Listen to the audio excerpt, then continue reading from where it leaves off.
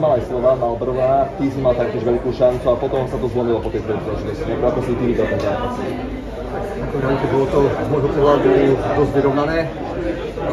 Prvý počet sme mali aj my šance Slovan, myslím si, že sme s nimi nejak držali nejakým spôsobom.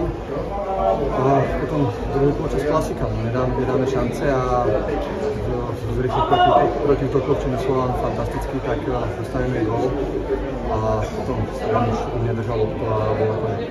Celkovo vlastne asi mrzí prehra 0-2, keďže ste mali minimálne na bod dnes.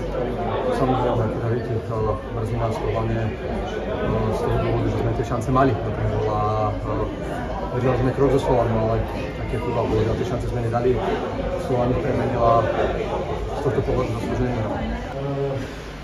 Tak, musím povedať to úprimne, že Slovan vyhral zaslúženie, pretože jednoducho to poviem, mal v zápase viac šancí a bol v tom zápase efektívnejší.